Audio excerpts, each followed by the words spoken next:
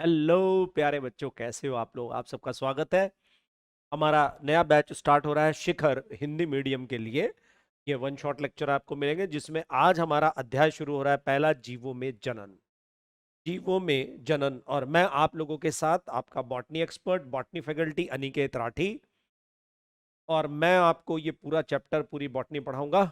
चलिए शुरू करते हैं।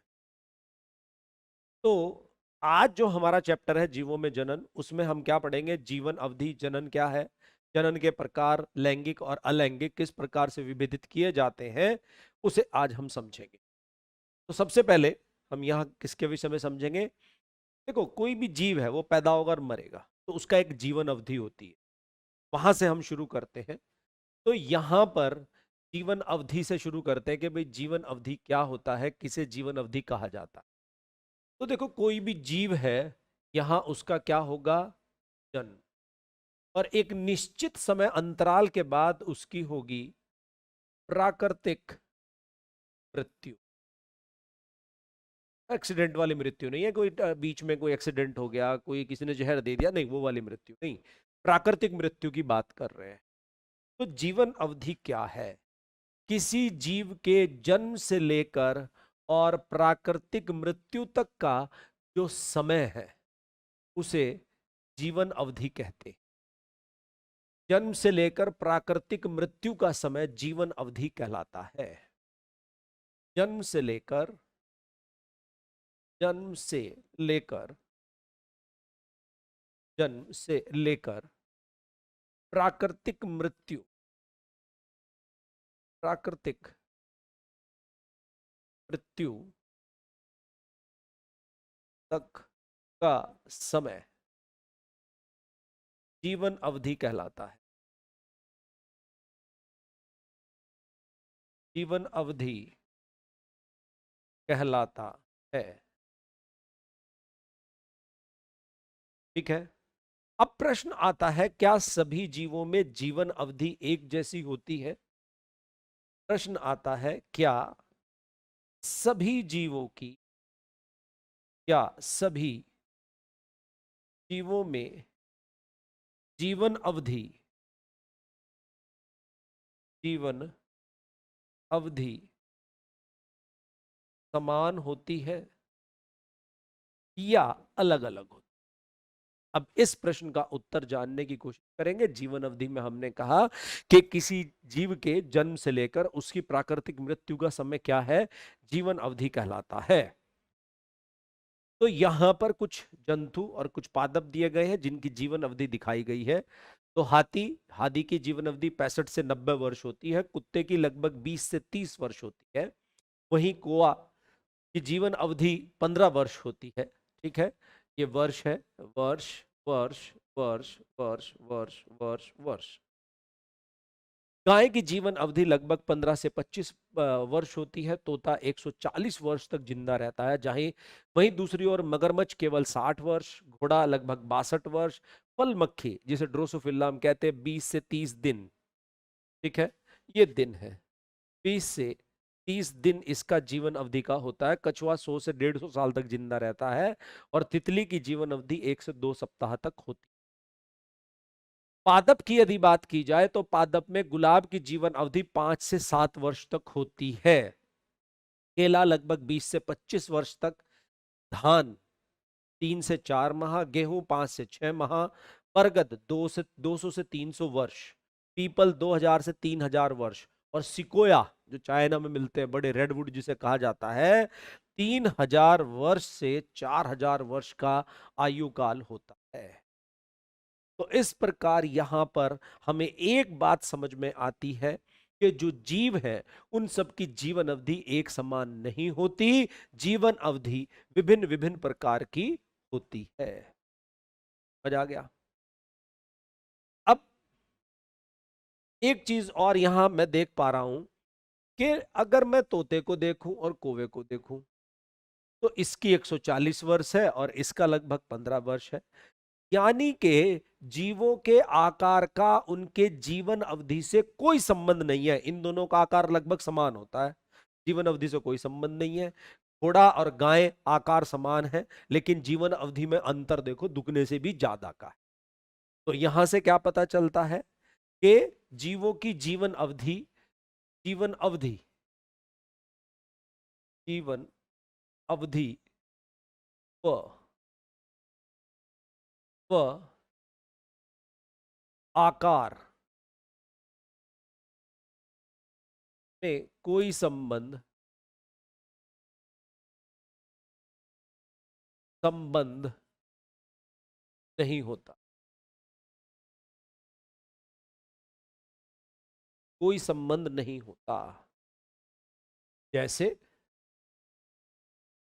जैसे कोआ 15 से 20 वर्ष, जबकि वहीं जो तोता होता है, इन दोनों का आकार लगभग एक जैसा होता है और यह लगभग 140 वर्ष तक जिंदा रह सकता है। तो इस प्रकार से जीवन अवधि को हमने समझ लिया। लेकिन अब प्रश्न आता है कि जीव किस लिए है, किसी जीव का इस प्रकृति में क्या कार्य है, क्या रोल है। ठीक है, तो क्या कहा, जीव का प्रकृति में कार्य है। भाई इस प्रकृति में किसी जीव का क्या कार्य है। अब देखो यहां जन्म हो गया और जन्म के एक निश्चित समय, मतलब एक समय होगा, उसके बाद यहां क्या होगी, यहां प्राकृतिक मृत्यु तो होनी ही होनी। आकस्मिक हो जाए वो आपकी किस्मत, अच्छी किस्मत रही तो आकस्मिक हो सकती है और बुरी रही तो प्राकृतिक हो सकती है। तो जन्म से प्राकृतिक मृत्यु का समय जीवन अवधि हो गई। इसमें जीव क्या करता है और क्यों करता है। तो जीव का जो मुख्य कार्य है किसी भी जीव का, वो है, तो कोई जीव क्या करता है, जनन करने के लिए ही इस पृथ्वी पर आया है।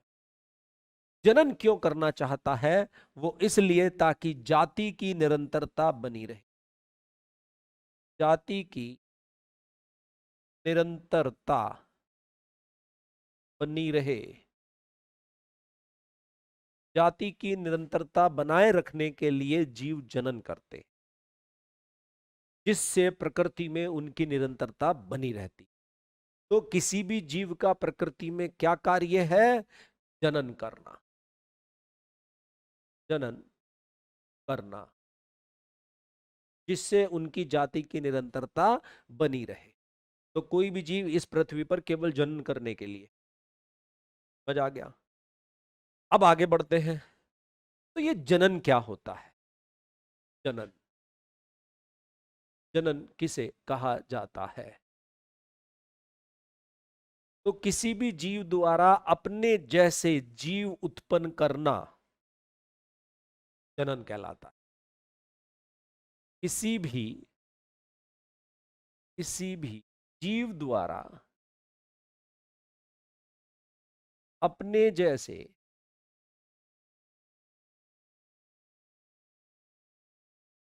जीव उत्पन्न करना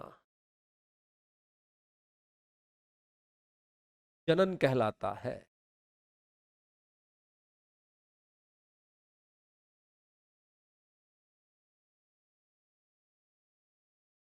ठीक है भाई, अपने जैसे जीव बनाने का उसे जनन कहते हैं। तो जो जीव उत्पन्न कर रहा है, ठीक है, यहां एक जीव है उसे बोलेंगे पैतृक, पैतृक। और जो जीव बनाएगा ये बोली जाएगी संतति। ठीक है, तो पैतृक पेरेंट्स, ठीक है, जनक, जनक भी कहा जाता है, जनक, और ये क्या होगी, संतति। तो इस प्रकार यहां पर एक पैतृक जीव है और उससे जो यहां बन रहा है वो भी जीव है, लेकिन उसे संतति कहा जाता है। तो किसी भी जीव द्वारा अपने जैसे जीव उत्पन्न करना क्या कहलाता है, जनन कहलाता है। अब आता है जनन के प्रकार, जनन के प्रकार, कि भाई जनन कितने प्रकार का होता है, कितने प्रकार से जनन को देखा और समझा जा सकता है। तो आधार क्या है, जनन का आधार क्या है, कि किस आधार पर हम जनन को विभेदित करें। समझ लीजिए, बहुत ही इंपॉर्टेंट बात है। तो आधार क्या है? आधार, तो आधार है निषेचन। क्या बोला मैंने? निषेचन। तो निषेचन के आधार पर हम जनन को दो भागों में विभाजित करते हैं। एक कहलाता है अलैंगिक जनन और दूसरा कहलाता है लैंगिक जनन। तो दो प्रकार से हो गया, अलैंगिक जनन और लैंगिक जनन। अब इन दोनों को समझना है कि लैंगिक जनन क्या होता है और अलैंगिक जनन क्या होता है। तो हम क्या करते हैं, यहां बीच में लाइन खींच लेते हैं। ठीक है, बीच में नहीं है, साइड में, तो थोड़ी सी और इधर खिसका देंगे, बिल्कुल बीच में। ये हमने, ओह सॉरी, ये हमने बीच में लाइन खींच। अब एक तरफ हम क्या लिख देंगे, इधर खींच लेते। एक तरफ हम क्या लिखेंगे, लैंगिक जनन। दूसरी तरफ क्या लिखेंगे, अलैंगिक जनन। अलैंगिक जनन। और इधर क्या लिखेंगे, लैंगिक जनन। ठीक है, इधर हम इसके जो आधार हैं वो लिखेंगे और इसे अंतर करके देखेंगे। तो सबसे पहले यहां पर निषेचन, क्या बोला मैंने, निषेचन के आधार। सबसे पहला आधार हम क्या लेके चल रहे हैं, निषेचन। अब किसमें निषेचन होगा और किसमें नहीं होगा। तो यहां पर निषेचन क्या होता है, पूर्ण रूप से अनुपस्थित, अनुपस्थित। और यहां पर क्या होगा, उपस्थित। तो वह जनन जिसमें निषेचन अनुपस्थित होता है अलैंगिक कहलाता है, और जिसमें उपस्थित होता है वह लैंगिक कहलाता है। दूसरी चीज पर आते हैं, दूसरा क्या है। दूसरा जो बिंदु है वो है युग्मक निर्माण। क्या कहा मैंने, युग्मक निर्माण, युग्मक निर्माण। क्या कहा, युग्मक निर्माण। अब बताओ, यहां युग्मक निर्माण होगा नहीं होगा, हो भी सकता है और नहीं भी, हो भी सकता है और नहीं भी। ऐसे बहुत सारे जीव हैं जिनमें युग्मक निर्माण होता है किंतु अलैंगिक जनन, यानी के अनिषेक जनन, बिना निषेचन के ही युग्मक जीव बना देता है। तो हो भी सकता और नहीं भी, और यहां पर सदैव होगा, सदैव होगा। ठीक है, क्या कहा हमने, युग्मक निर्माण हो भी सकता है और नहीं भी। तीसरा आता है जनक। कितने जनक हैं, कितने पेरेंट्स हैं। ठीक है, तो जनक के आधार पर सदैव, सदैव कैसा होगा, एकल जनक, एक ही जनक होगा। और यहां पर एक भी हो सकता है, एक भी हो सकता है, या एकल जनक या द्विजनक जनकी, नर व मादा अलग अलग हो सकते। एकल जनक या द्विजनक हो सकते हैं। पादप में एक ही पुष्प में नर मादा है तो एकल जनक, मनुष्य में नर मादा अलग अलग होते हैं तो द्विजनकी है। तो एक भी हो सकता है और दो भी हो सकते हैं। ठीक है, अब आगे बढ़ते हैं, अगला बिंदु देखते हैं। अगला बिंदु आता है विभिन्नताएं। क्या कहा मैंने, विभिन्नताएं। तो विभिन्नताओं की यदि बात की जाए तो कहां पर देखने को मिलेंगी और कहां पर नहीं? यहां पर विभिन्नताएं अनुपस्थित होती। क्या होती हैं? अनुपस्थित। और यहां पर क्या होंगी? उपस्थित। तो इस आधार पर हम लैंगिक और अलैंगिक जनन को विभेदित कर सकते हैं। सबसे मुख्य आधार क्या है? सबसे मुख्य आधार है निषेचन। देख लो, चाहे यहां या फिर विभिन्नताओं का होना या ना होना, लेकिन इन दोनों में थोड़ा सा गड़बड़ है। तो वह जनन जिसमें निषेचन अनुपस्थित होता है, विभिन्नताएं नहीं होती, अलैंगिक, और जिसमें ये होगा वो लैंगिक। समझ आ गया? अब इसके बाद हम पढ़ना शुरू करते हैं अलैंगिक जनन। अलैंगिक जनन।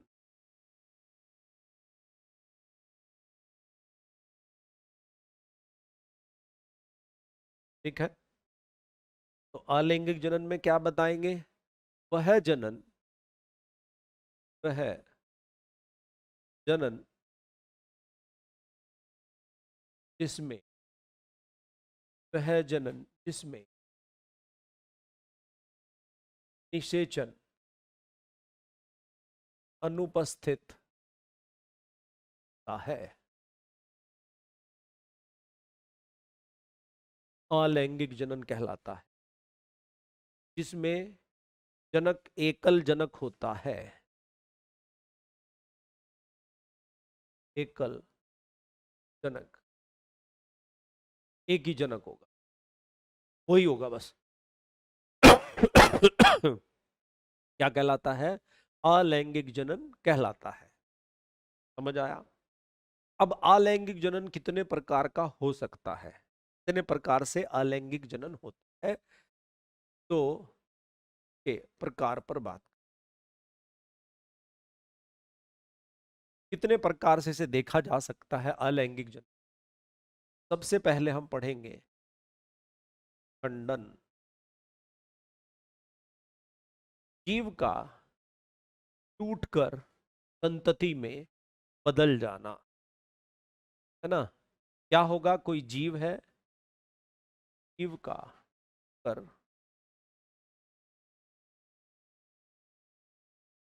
संतति बनाना, खंडन।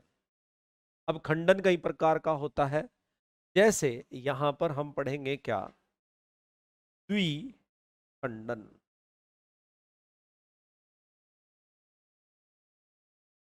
यानी कि एक जीव है और वह जीव दो हिस्सों में टूट, जैसे यहां पर क्या है?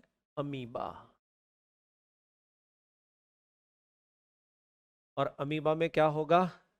इस प्रकार से पहले केंद्रक खींचेगा और जीव इस प्रकार से दो हिस्सों में बढ़ता चला जाएगा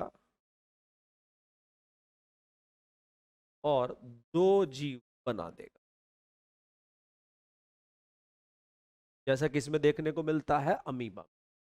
ये क्या कहलाता है? द्विखंडन। अमीबा के अलावा और इसका उदाहरण क्या हो सकता है? युगलिना, युग, युगलिना, है ना? Paramecium, paramecium. और क्या हो सकता है बेटा? पैरामीशियम। इन सब में क्या होता है? अलैंगिक जनन देखने को मिलता है, लेकिन कैसा? खंडन, द्विखंडन, है ना? टूट जाएगा, शरीर टूट जाएगा दो हिस्सों में, तो क्या कहलाता है? खंडन कहलाता है। इसके बाद दूसरा जो इसका प्रकार आता है वो कहलाता है बहुखंडन। बहुखंडन ये भी अमीबा में ही देखने को, अमीबा। इसमें क्या होगा? ये कब होगा? इसका एक समय है, जब वातावरण दशाएं कैसी होंगी? फेवर में नहीं होंगी। ठीक है, समझ आ गया? एक दो तरह से, जैसे वातावरणीय दशाएं अगर फेवरेबल है, क्या होगा? तो नॉर्मली जैसे सामान्य रूप से जैसे जनन होता है वैसा होगा। लेकिन अगर दशाएं अनुकूल नहीं है तो प्रतिकूल परिस्थिति में, प्रतिकूल परिस्थिति, जब परिस्थितियां प्रतिकूल होंगी तब यह जनन देखने को मिलता है। और किस में मिलता है? अमीबा में। तो इसमें क्या होता है कि अमीबा अपने चारों ओर एक सिस्ट बन, ये अमीबा है, ये अपने चार गोल हो जाएगा। गोल होने के बाद क्या करेगा? अपने चारों ओर कई स्तर का निर्माण करता है और भीतर इसका केंद्रक छोटे छोटे केंद्रक में टूट जाता है। प्रत्येक केंद्रक का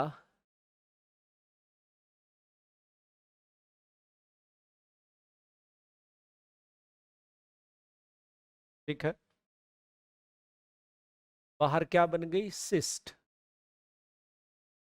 सिस्ट का निर्माण करता और भीतर केंद्रक छोटे छोटे केंद्रकों में टूट जाता है।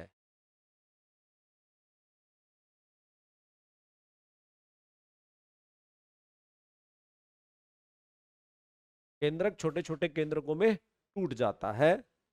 प्रत्येक केंद्रक क्या करेगा? प्रत्येक केंद्रक अपना कोशिका द्रव्य लेकर, द्रव्य लेकर सूडोपोडियोस्पोर बीजाणु, है ना, आभासी पाद बीजाणु, आभासी पाद बीज अणु का निर्माण करता है।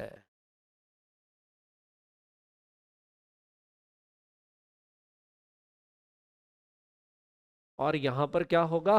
इस प्रकार से इस सिस्ट के अंदर छोटे छोटे बीजाणु बन जाते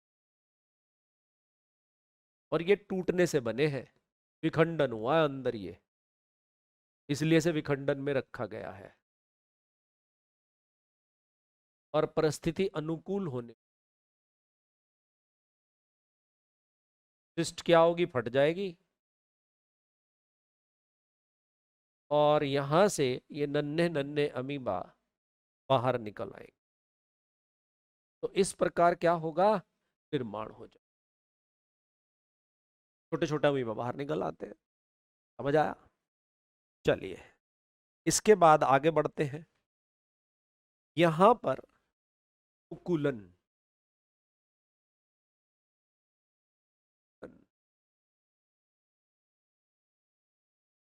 जीव द्वारा उसके शरीर के बाहर एक छोटी सी संरचना बनती है जिसे मुकुल कहा जाता है। और यह मुकुल आगे विकसित होकर नए जीव का निर्माण करती है। ठीक है, ये काय द्वारा एक छोटी संरचना, एक छोटी संरचना का निर्माण होता है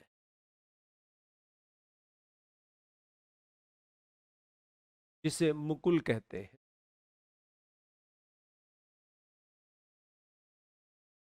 क्या कहते हैं? मुकुल कहते हैं। यह मुकुल बाह्य भी हो सकती है और आंतरिक। तो बाह्य मुकुलन और एक होता है आंतरिक, आंतरिक मुकुलन।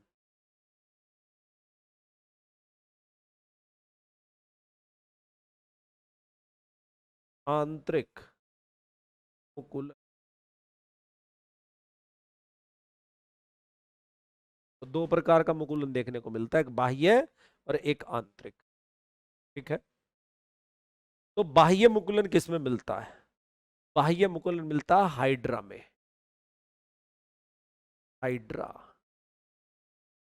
तो हाइड्रा में क्या होगा, इस प्रकार से हाइड्रा होगा भाई, ऐसे, और ऐसे एक छोटी सी संरचना बनेगी, और ये हाइड्रा के तंतु हैं।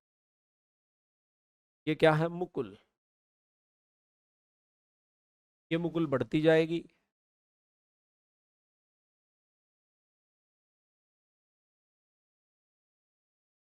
और यहां से पृथक होकर नए हाइड्रा का निर्माण करें। तो ऐसा किस में होगा, हाइड्रा में। आंतरिक मुकुलन किस में देखने को मिलता है, ये मिलता है स्पंज में, स्पंज, स्पॉन्जिला।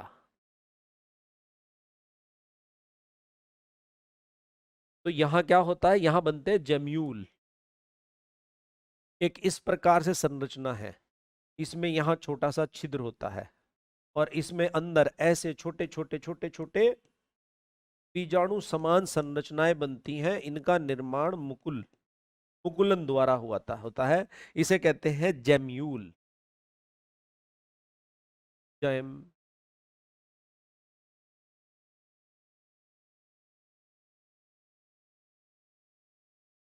जेम्यूल।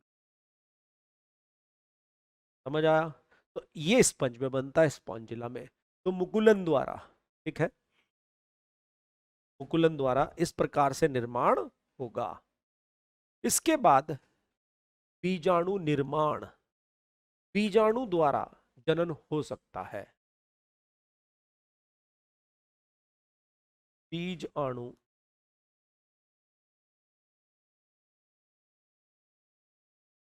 एक कोशिकीय, एक कोशिकीय संरचनाएं होती है, एक कोशिकीय संरचना।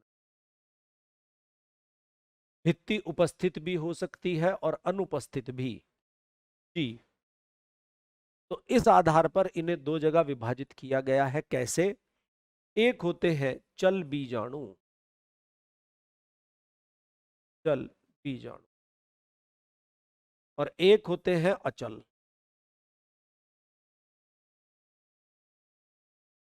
बीजाणु,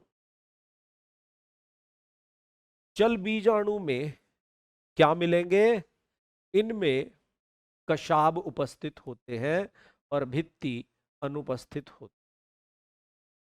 तो भित्ति अनुपस्थित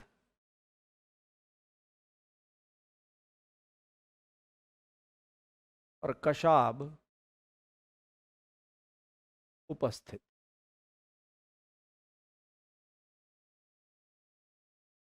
तो ये जल में तैर के जा सकते हैं, चल बीजाणु।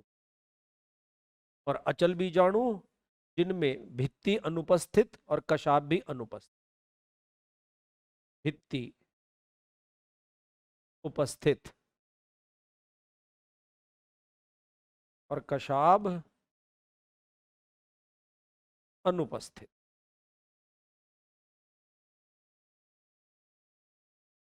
कशाब अनुपस्थित। दो प्रकार से बीजाणुओं को समझा जा सकता है। कौन कौन से, चल बीजाणु व अचल बीजाणु। चलिए अब आगे बढ़ते हैं। कोनिडिया, कोनिडिया की बात करते हैं। तो कोनिडिया क्या है, कोनिडिया अचल बीजाणु है। अचल मतलब जो चलते नहीं, और कोनिडियोफोर में आते हैं, विशिष्ट प्रकार की संरचनाएं होती हैं। और पेनिसिलियम इसका सबसे अच्छा उदाहरण हमारे पास है। यहां जैसा कि हम पेनिसिलियम को देख सकते हैं, उसके तीन प्रकार से दिख रहे हैं। तो ये वाली संरचना जो आपकी एनसीईआरटी में दी हुई है, नीचे की तरफ इस प्रकार से क्या बनता है, कोनिडियोफोर।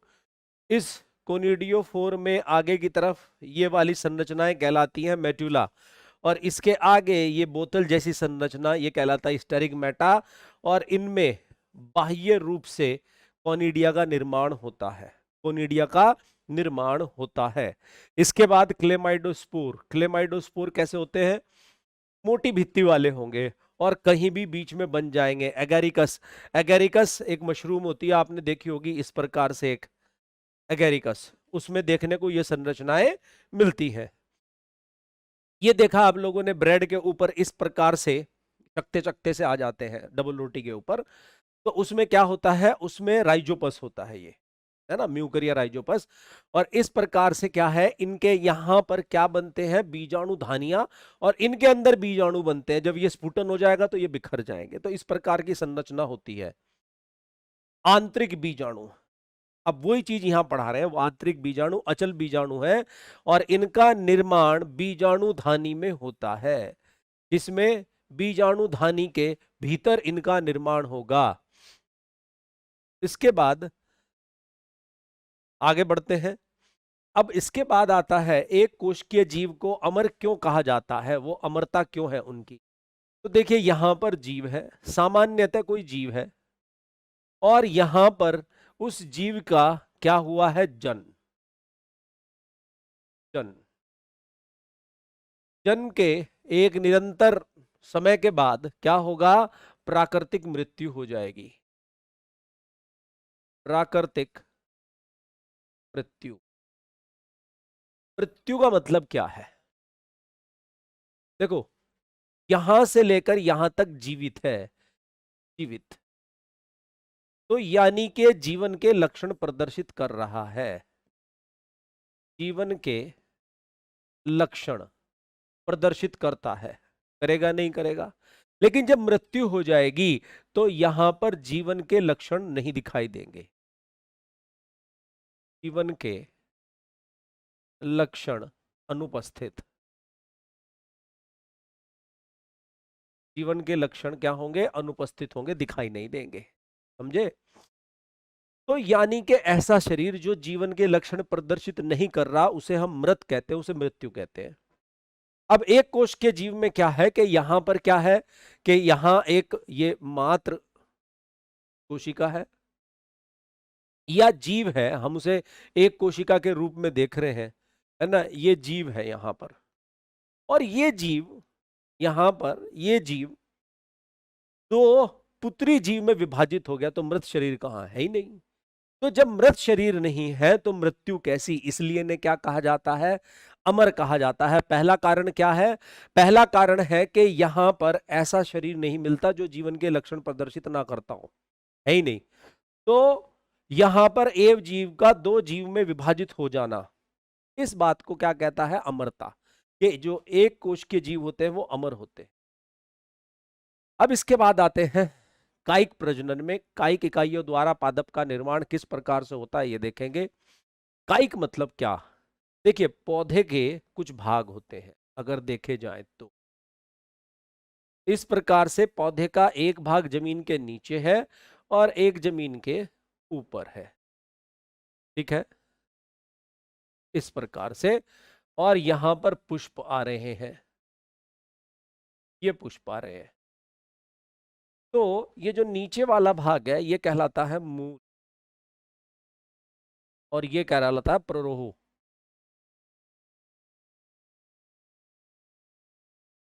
तो और प्ररोह के जितने भाग हैं, जैसे ये तना है, ये पत्ती है, और नीचे मूल, ये सब कैसे भाग है, कायिक, कायिक भाग।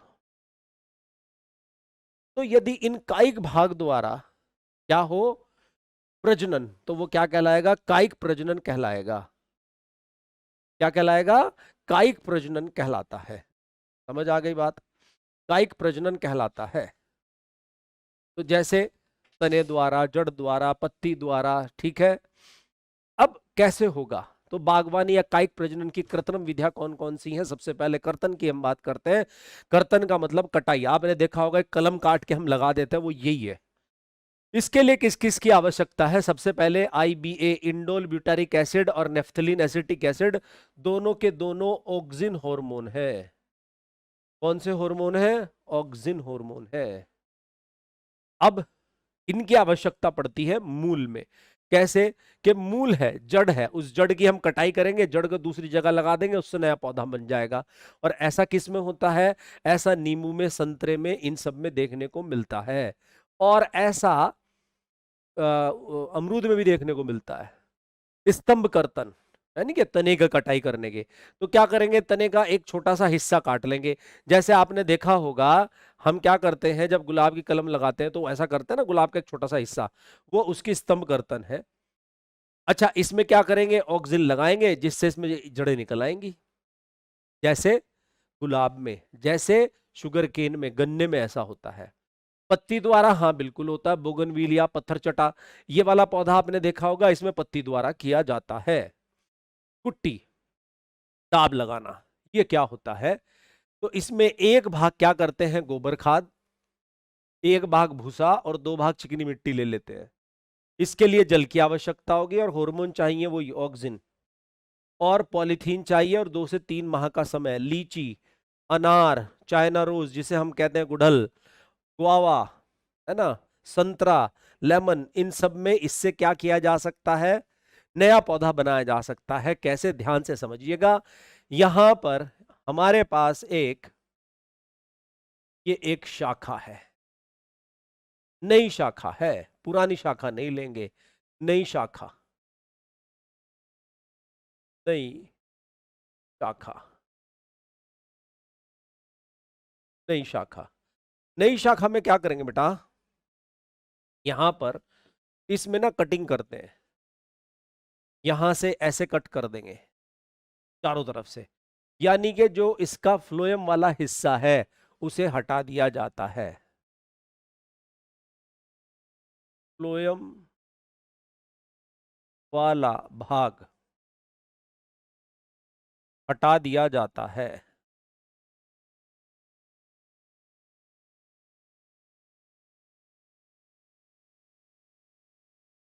फ्लोएम वाला भाग हटा दिया जाता है। अब क्या करेंगे, अब इसके ऊपर वो जो पीछे हमने क्ले बनाया था वो क्ले लगा देंगे और पॉलिथीन से इसे ढक देंगे और बांध देंगे।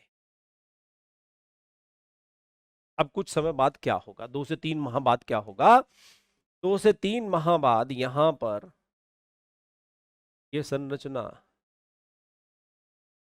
इस प्रकार से बन जाएगी,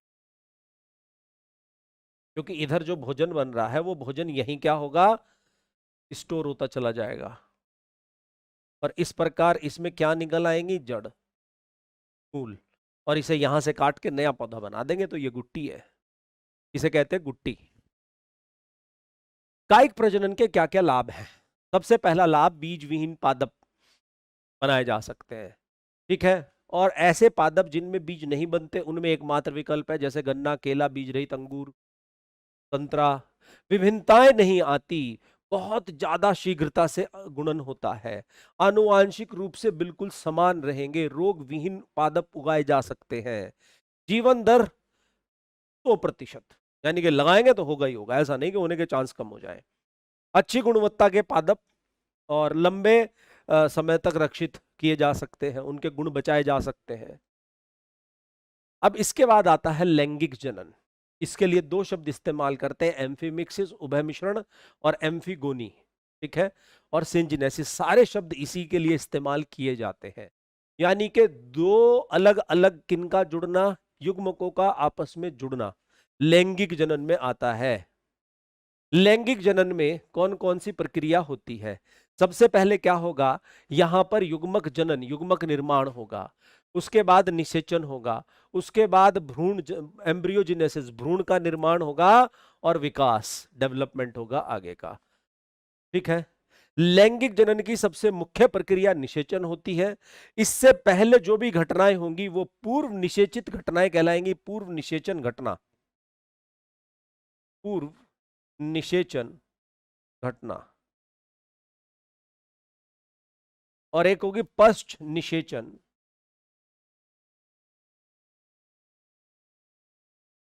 घटना, यानी कि वो घटनाएं जो निषेचन के बाद होगी। तो 2 तरह से घटनाएं देखने को मिलती है। लैंगिक जनन के प्रकार, सिनगैमी और कॉन्जुगेशन, 2 लैंगिक जनन के प्रकार हैं जिसमें हम सिनगैमी पढ़ रहे हैं। युग्मक संलयन, युग्मकों का बनना और उनका संलयित होना, एक लैंगिक जनन और होता है, उसे कॉन्जुगेशन कहते हैं। तो यहां पर मादा व नर युग्मक का निर्माण होगा, और पूर्ण संलयन होगा और युग्मनज का निर्माण होगा, तब हम उसे सिनगैमी बोलते हैं। संलयन होने वाले युग्मकों के स्रोत के आधार पर कितने प्रकार का हो सकता है? अंतः संलयन। अंतः संलयन मतलब इसे स्वनिषेचन भी कहते हैं, जब नर व मादा दोनों युग्मक एक ही पैतृक उत्पन्न करता हो। ठीक है, जैसे फीता कर्मी, समझ आ गया? जैसे कुछ पौधे जिनके एक ही पुष्प में नर व मादा दोनों उपस्थित होते हैं। बाह्य संलयन जो बाहर मतलब अलग अलग पैदा करेंगे वो बाह्य कहलाएगा, जैसे एक लिंगी जो भी होंगे। लैंगिक जनन का महत्व क्या है? विभिन्नताएं आती हैं, विभिन्नताएं आएंगी तो क्या होगा? विकास, और अपने आसपास के वातावरण से अनुकूलन करेगा और ओज बना रहेगा, वाइटलिटी, जिससे निरंतर जीवन चलता रहता है। दो युग्मकों की आवश्यकता होती है। कमियां क्या हैं भाई? दो युग्मक चाहिए चाहिए। धीमी गति से होने वाली प्रक्रिया है और निषेचन अवसर होने वाली प्रक्रिया है। 50% चांस है निषेचन हो भी सकता है और नहीं भी, ये इसकी कमियां हो गई। तो दोनों बातें आ गई। अब जीवन चक्र की अवस्थाएं कौन कौन सी हैं? किशोरावस्था, जन्नावस्था और प्रौढ़ावस्था, 3 अवस्थाएं होती हैं। किशोरावस्था कायिक अवस्था जिसे हम कहते हैं, जनन से पूर्व वाली अवस्था है और इसमें वृद्धि होती है, इसलिए इसे वृद्धि अवस्था या ग्रोथ फेज भी कहते हैं। इसके बाद अगला आता है जननावस्था, जिसमें क्या होगा? जनन होगा। जीवों द्वारा क्या करेंगे? संतति को उत्पन्न करना, है ना? समझ आ गया? जनन अवस्था जो है, जननांग का विकास और उनका परिपक्व होना है। ठीक है, इसे यौवन अवस्था भी कहते हैं, यौवन अवस्था। पादपों में पुष्प का आना यौवन परिपक्वता को प्रदर्शित करता है। जब उसमें फूल आ जाएंगे, मान लीजिए अब ये जवान हो चुका। प्रौढ़ अवस्था, उम्र बढ़ना। ठीक है, देखिए कोई जीव ने अपने जैसा जीव बना दिया तो उसका कार्य खत्म हो गया, अब आगे उसकी कोई आवश्यकता नहीं रही, तो उसके जीवन में, उसके शरीर में टूट फूट बंद हो जाएगी, उसी को हम बुढ़ापा कहते हैं। जीवन काल की अंतिम अवस्था होती है और अपरिवर्तनीय अवस्था है। और पादप तथा जंतुओं में जो भी ये बदलाव आ रहे हैं, इनका सबसे मेन कार्य किसकी वजह से आ रहे हैं? हार्मोन। तो एक अवस्था से दूसरी अवस्था में किसी जीव का जाना हार्मोन पर निर्भर करता है। जीवों में लैंगिकता, अब लैंगिकता समथैलिक, उभयलिंगाश्री, जब युग्मक एक ही पैतृक से आ रहे हों तो क्या कहलाएगा? समथैलिक या उभयलिंगाश्री। विषमथैलिक एक लिंगी, जब युग्मक अलग अलग पैतृक से आते हों। अब उभयलिंगी, उभयलिंगी मतलब बाइसेक्सुअल, यानी कि एक ही उसमें पुष्प में नर व मादा दोनों उपस्थित हैं, तो वो उभयलिंगी या क्या कहलाता है?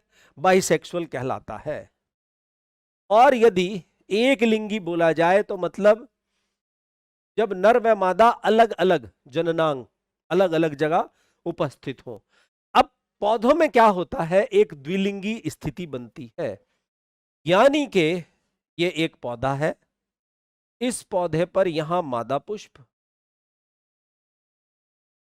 और यहां नर पुष्प आ रहे हैं। जब एक लिंगी पुष्प एक ही पौधे पर आते हों, जब एक लिंगी पुष्प एक ही पौधे पर आते हो तो द्विलिंगी कहलाता है, मोनोशियस, जैसे मक्का, कारा। और ये वाला प्रश्न नीट में आ चुका है। इसके बाद एक लिंगी है, डायोशियस, यानी कि जब एक लिंगी पुष्प अलग अलग नर व मादा पादपों पर आते हों, जैसे पपीता है, मार्केंशिया है, इन सब में इसी प्रकार से होता है। लैंगिक जनन की घटनाएं, पूर्व निषेचन, निषेचन और पश्च निषेचन, जिस पे मैंने बात की थी। पूर्व निषेचन में युग्मक जनन और युग्मक स्थानांतरण, युग्मकों का बनना और उनका स्थानांतरण आता है। युग्मक जनन, गैमेटोजेनेसिस कैसा हो सकता है? युग्मक किस प्रकार से देखे जा सकते हैं? तो पहली अवस्था आती है समयुग्मक। समयुग्मक मतलब जब नर व मादा युग्मक दोनों एक जैसे दिखाई देते हों, दोनों आकारिकी रूप से बिल्कुल समान हों, जैसे क्लेडोफोरा यूलोथ्रिक्स में देखने को मिलता है। विषम युग्मक, यानी कि युग्मक दो प्रकार के होंगे आकार रूप से। समझ आ गया? जैसे मनुष्य में है ना क्या देखने को मिलता है, मादा युग्मक कैसा होगा, बड़ा होगा और एक होगा। नर युग्मक छोटे होंगे और चल होंगे। मादा युग्मक अचल होगा। तो तब उसे बोलते हैं विषम युग्मक। युग्मक जनन के समय कोशिका विभाजन, तो अर्धसूत्री विभाजन होता है। युग्मक अगुणित होते हैं और वे कोशिकाएं जिनमें अर्धसूत्री विभाजन होता है वे मियोसाइट कहलाती हैं। क्या कहलाती हैं? मियोसाइट। मियोसाइट में गुणसूत्रों की संख्या द्विगुणित होती है। अब यहां पर इसी बात को दर्शाया गया है। अलग अलग जीवों में अलग अलग प्रकार से क्या दिए गए हैं? गुणसूत्रों की संख्या। मनुष्य में 23, यहां 46 है। तो ये द्विगुणित गुणसूत्र है और ये अगुणित। अगर हमें किसी का द्विगुणित संख्या पता है तो हम उसके युग्मक की संख्या पता है, युग्मक में कितने गुणसूत्र हैं, तो हम उसकी मुख्य कोशिका में बता सकते हैं कितने गुणसूत्र होंगे। जैसे चावल में 12 हैं तो यहां 24 हो जाए। सबसे ज्यादा गुणसूत्र किसमें मिलते हैं? ऑफियोग्लोसम, एक फर्न होता है जिसमें सबसे ज्यादा गुणसूत्र पाए जाते हैं, 1260। बस आज के लिए इतना ही। Thank you very much. धन्यवाद।